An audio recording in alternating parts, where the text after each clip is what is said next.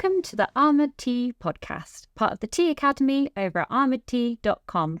We're going to talk about whether all teas are the same and sort of go into the different types of tea that you can get from the one singular plant. Hopefully. Here with my friend Tim.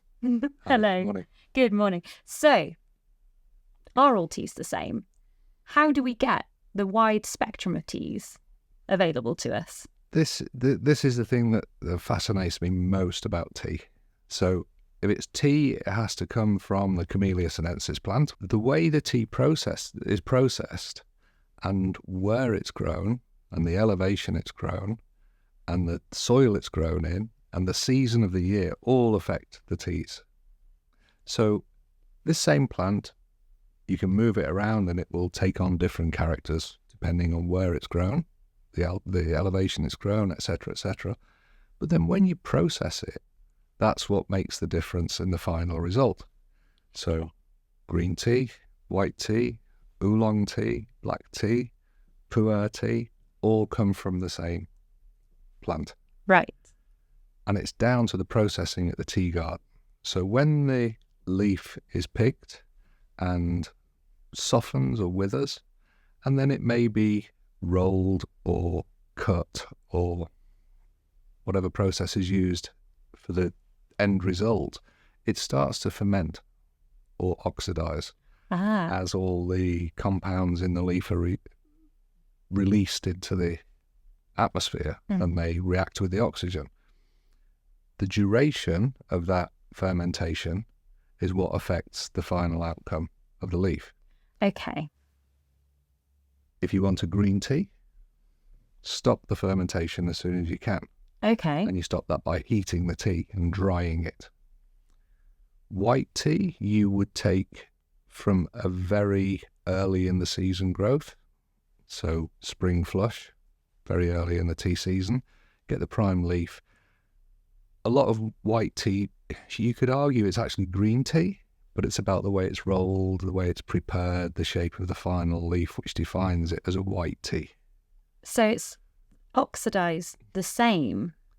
Or not oxidized. Or not oxidized at all? As little as possible. As little as possible. That's both green and white? Yes. But the white has different preparation? Yeah, and it will be from a different plucking period, so very early in the tea season, so it's the freshest. A young plant?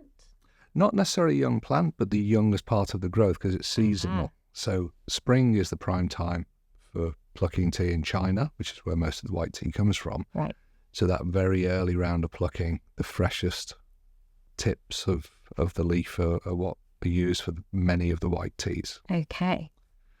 So then if you allow the tea to start to ferment,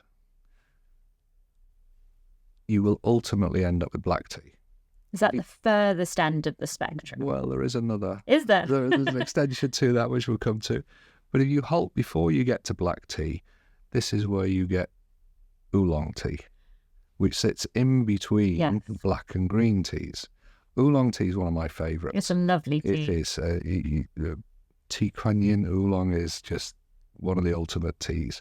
And that has a green tea characteristic, but it's got more of a depth of flavour and just amazing taste. And that's done by partial fermentation, as they would term it. So it's partially fermented tea.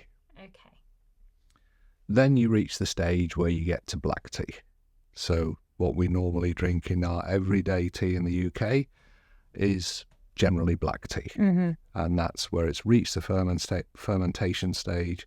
It's not going to go sour by being over-fermented, or it's not going to go mouldy by having too much moisture left in it, and that's what gives you the black tea. That's our everyday tea. Yes. One of the prized teas in China is a tea called pu-erh. Yes, I've heard of pu-erh. Okay, so that's referred to as a post-fermented tea. So where you would normally take the moisture content of tea down, and I'll stand corrected on this, to around 4 to 6%, the moisture content's allowed to remain higher. So the tea continues to ferment a little bit, and then it's squeezed into sort of brick shapes. And if you go back into the old Silk Road trading days, merchants would carry bricks of pu-erh around and break pieces off and brew their tea. That was the tea that they travelled with. It takes on a unique flavour. That's as far as I want to go. It's fair to say it's not my favourite tea. Not your cup of tea. But it's prized in China. It's one of their revered teas. Why is it revered, would you say? I guess it's because it's the uniqueness of it. And it has, like everything, it has an audience. You get taste nuances. You have people who enjoy that flavour. Yeah. It's like we produce clove tea for some markets. Now, to a lot of people, they go, that's absolutely vile, but it's a very popular drink in some markets. Yeah. So it's something about that taste profile. Something about that taste and the origin of the tea, what their flavour trends are, and their taste profiles are locally. Yeah. Was that the one beyond the black tea? That's the one beyond. So that's your post-fermented tea. Amazing. This whole spectrum. Yeah. From one plant. But then within those, you also achieve a lot of other teas by the way the leaf is processed. Okay. So it can be cut into very small particles for tea bag blends, or carefully hand rolled to produce a very long leaf, very delicate, furry textured silver needle tea, which is one of the prized white teas. So there's many different ways of taking what that plant gives us. From one plant. From one plant. Crazy. Amazing plant. How does a Darjeeling get made? So Darjeeling is it's processed in the same way as every other tea, but it takes on its characteristic because it's grown at the highest altitude. So it's literally the height at which the tea is growing? Yeah, so the elevation, as they refer to it, I guess it's something to do with the atmospheric pressure, the amount of sunlight, the intensity of the sunlight.